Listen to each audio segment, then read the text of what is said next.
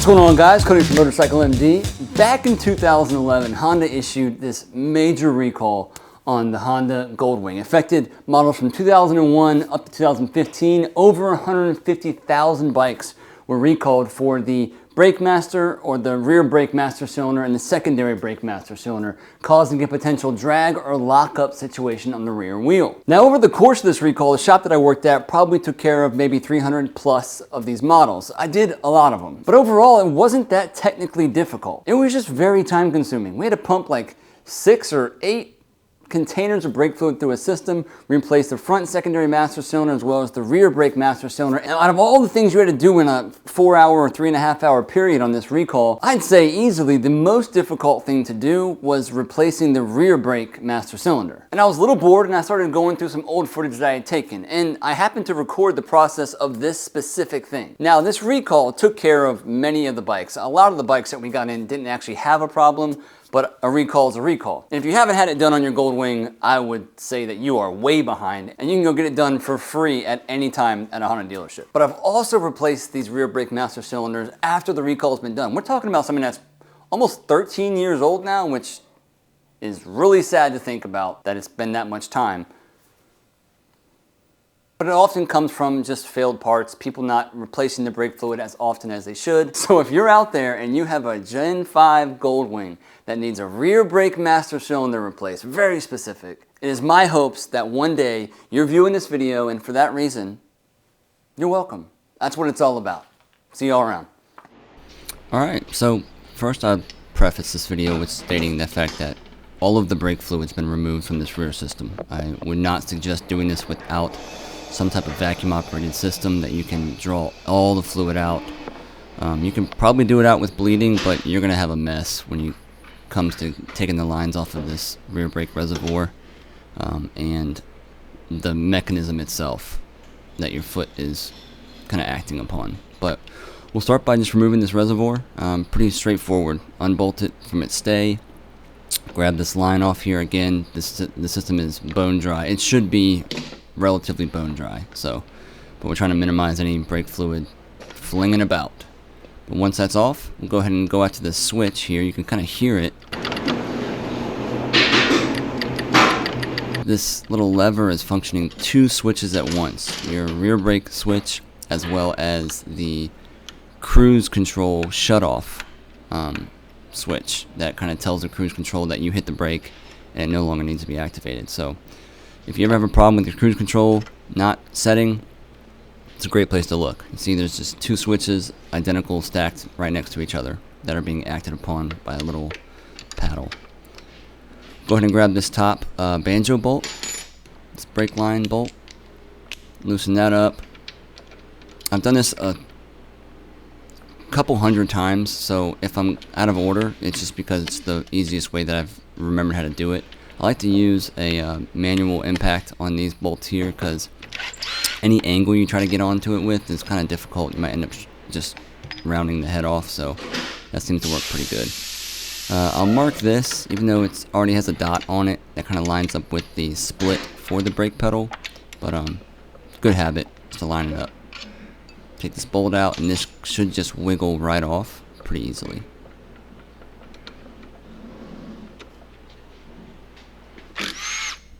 Alright, now I'm going to pull off these stay bolts. This thing is under spring tension, which you see my hands are kind of hitting it right now. And that's okay. I mean, it's easier to get the spring off when it's not under tension, trust me.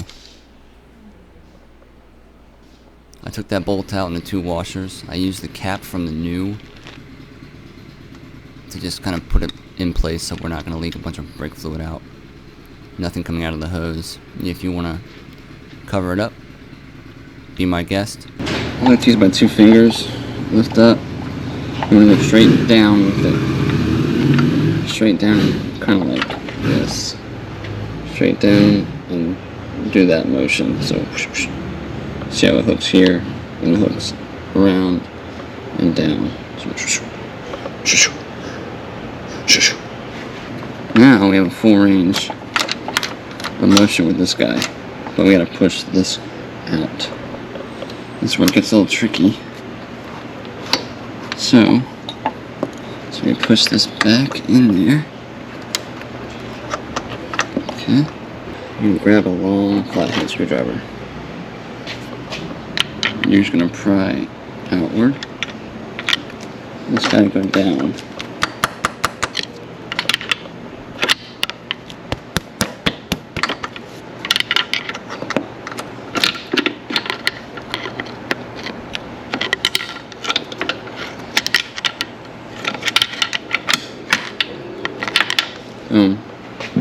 You gotta remember the orientation though.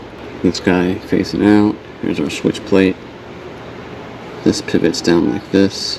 When you hit the rear brake, it pushes this up into here. Pretty dang empty, that's what I like to see. Okay, so now, let's work on this.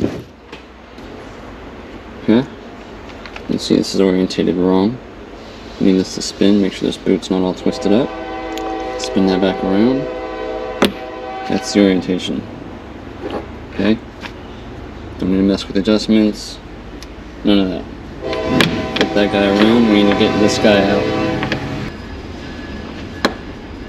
This cotter pin's really rusted. But we'll have a brand new one for it.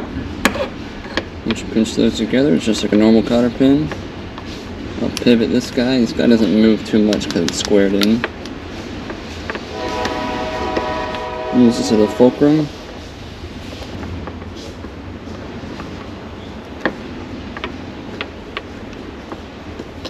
Boom. Jump.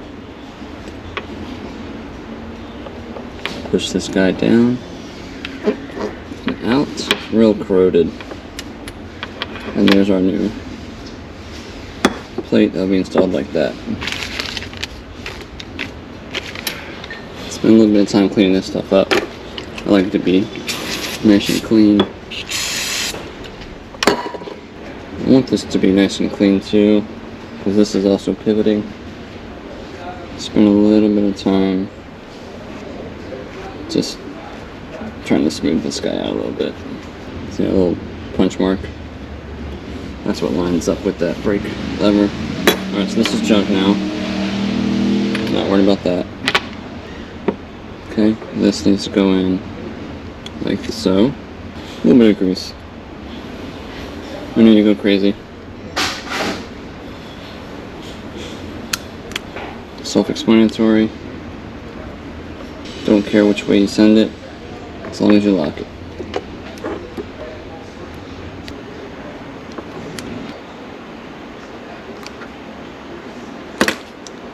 Okay. That's what we want. I do want to lube this shaft up though. Any grease, I don't care which one. Anything's better than dry. Okay. This is where it takes a little patience. Okay, because you got to feed this guy down and in. So I take this exactly like this. Go in with it facing backwards.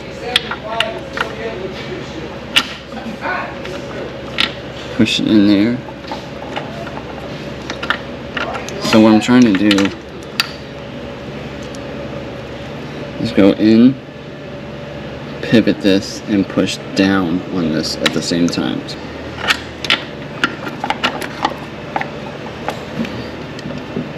Use this stay, go to the left and push down,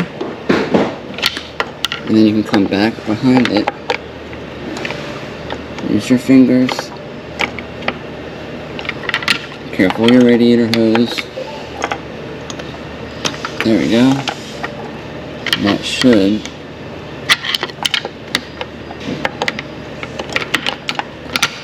boom. It's like that. So you're using the fulcrum here and just go in, down, and just fulcrum it over. I've done this hundreds of times, so it looks easier for me, but you might struggle with it. Just follow that motion in, fulcrum down, and then off to the left. That's it, man. That's gold right there. So the easiest thing with the spring, I like to put it on now, even though the bolts aren't in. But remember, it went like this, hooked and around. So you gotta find it, okay? Find where the spring goes on the bottom. Go ahead and put your spring on right there. Okay, now the spring is on. Now you use some force and just throw a bolt in there. Use your hand because you don't want to cross thread it, but it takes a little bit of force upward.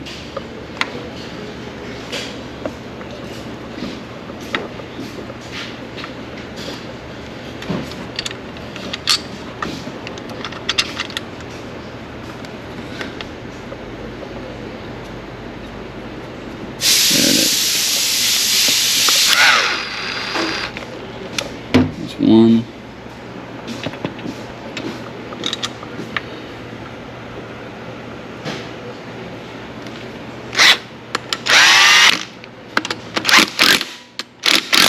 There's two. Okay, spring is on. We gotta, if you need to, push this towards you. There's our plate. Take our cap off. So our hose is gonna have to go back on this. Don't forget that.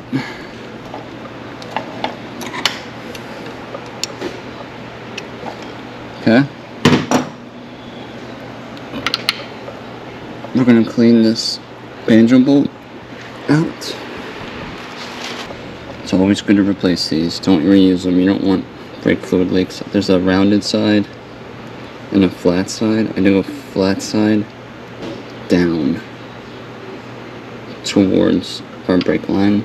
Same with the opposite, right? So with the flat sides to go towards the brake line. There's one.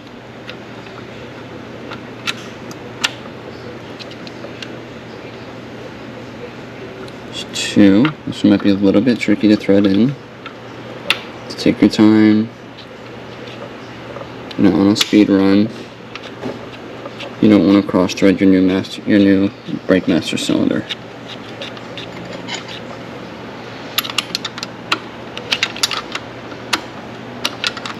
Okay, you torque that down. We'll just tighten it for now. Get our switch on there. Remember the two switch buttons that it has. So we'll just back it out a little bit. And we can pivot this. Okay, now I can move this around a little bit. Okay. You don't have to put any grease on this if you don't want to. The key thing is to not push this back out, so you can put your finger behind it if you want. Use a little silicone spray.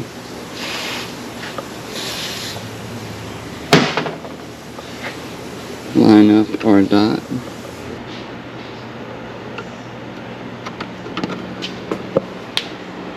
There we go.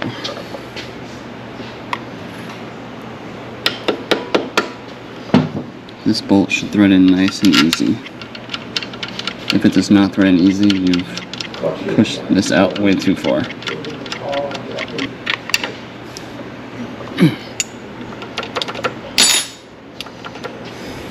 Okay. Now we can adjust. I like to go until I hear the two clicks. It's always two clicks. Boom.